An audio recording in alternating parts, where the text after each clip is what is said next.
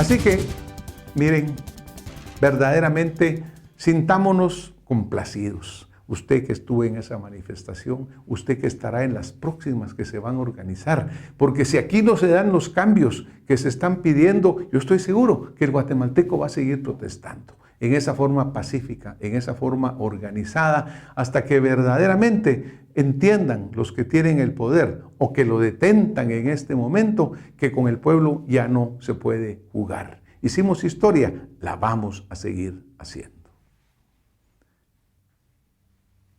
Pero hay grandes retos que todavía hay que enfrentar. Hay situaciones que tienen que cambiar.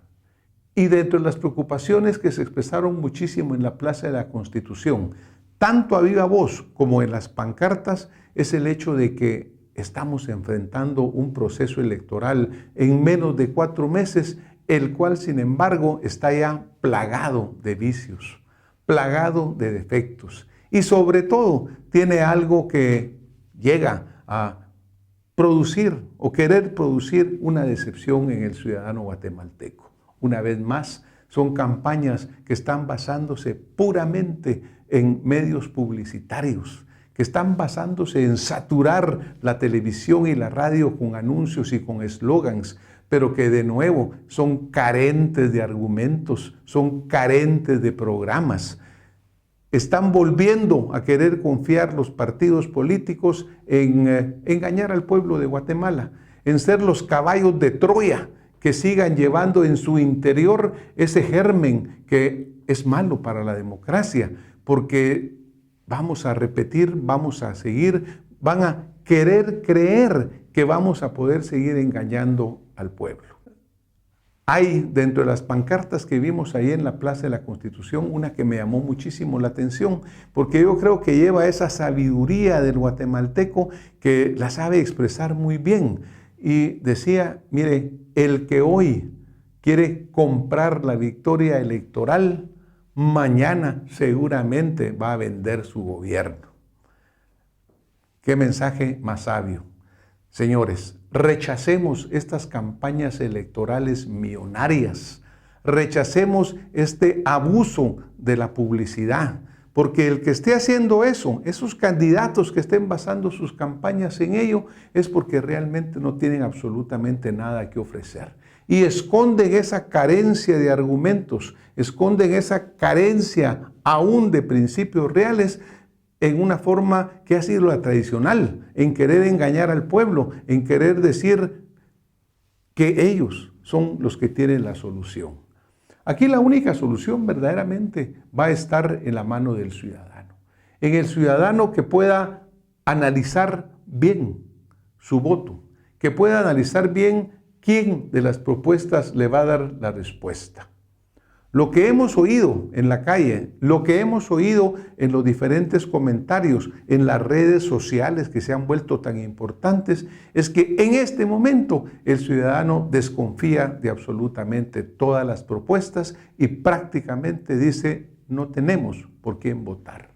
No hay una solución de cambio. Todos siguen siendo más de lo mismo.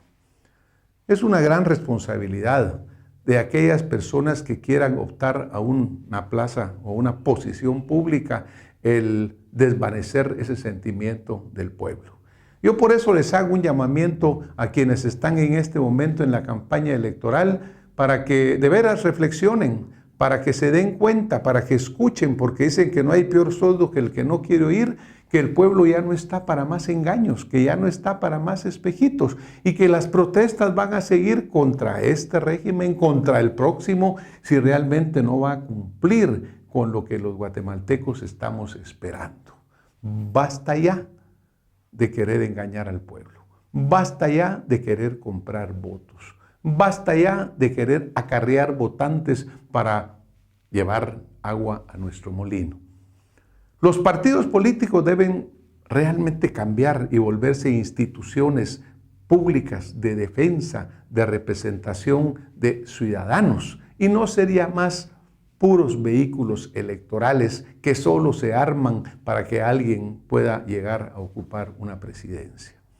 También tenemos que recordar con mucha claridad que la persona que es electa no es electa para ser un rey, no es electa para ser un dictador, no es electa para ir a enriquecerse con la miseria del pueblo, sino que aquella persona que va a ser electa para ser un servidor público, para ir a servir al pueblo, para ir a ganarse lo que va a recibir por su honorario, pero no enriquecerse de lo que va a recibir por debajo de la mesa. Los guatemaltecos saben sumar y pueden ver muy fácilmente cómo es posible verdaderamente que funcionarios que sabemos cuáles son sus ingresos de repente resulten en muy poco tiempo millonarios.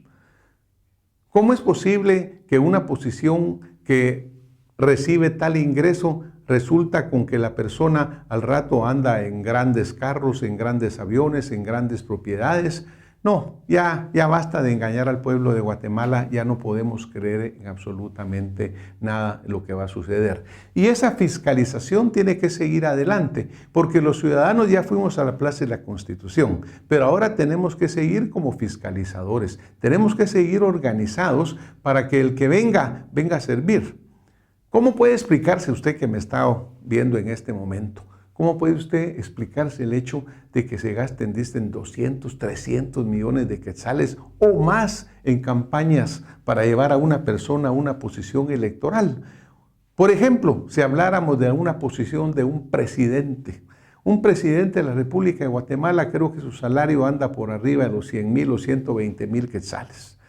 Ni sumando todos sus ingresos de 4 años, sin que gastara un solo centavo, podría justificarse que alguien quisiera justificar llegar a una posición y gastar 300 o 400 millones si no existiera ese interés por debajo de la mesa de llegar a hacer algo anómalo, algo corrupto, como lo que desafortunadamente en este momento está sucediendo. Fue lo que llevó al hartazgo del guatemalteco y nos llevó a las calles para expresar y empezar esta limpieza que afortunadamente se está produciendo.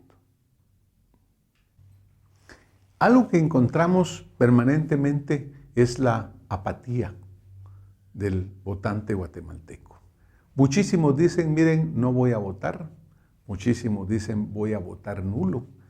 Y muchísimos dicen, mire, realmente no nos importa qué es lo que va a suceder.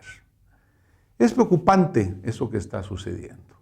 Pensemos, por ejemplo, en la parte del voto nulo, que ha despertado, pues obviamente, una controversia. Porque los que están a favor, por ejemplo, señalan y dicen, mire, si yo emito un voto por alguna persona, aunque no sea por la que creo correcta, esa persona, ese partido va a recibir una compensación económica por un voto que yo estoy dando que no quisiera. Por otro lado, hay quienes dicen, pero ese voto realmente se va a desperdiciar. Recientemente leía un artículo interesante de un comentarista que señalaba los puntos sobre la legitimidad, sobre la legalidad. Y él decía, por ejemplo, mire, ciertamente el voto nulo, pues no va a llevar a que se impida que alguien llegue a la presidencia o al puesto de elección, porque lo que va a suceder es que no cuentan. Pero esta persona señalaba el hecho, sí, pero si, por ejemplo, llegara un gobernante que tuviera más del 50% del voto nulo, obviamente tendría un gobierno legal, pero ilegítimo, porque no estaría representando en absoluto la voluntad de los guatemaltecos. Creo que hay mucho que analizar definitivamente en estos aspectos. Creo que hay mucho que reflexionar sobre cómo nosotros vamos a plantear el futuro de este país.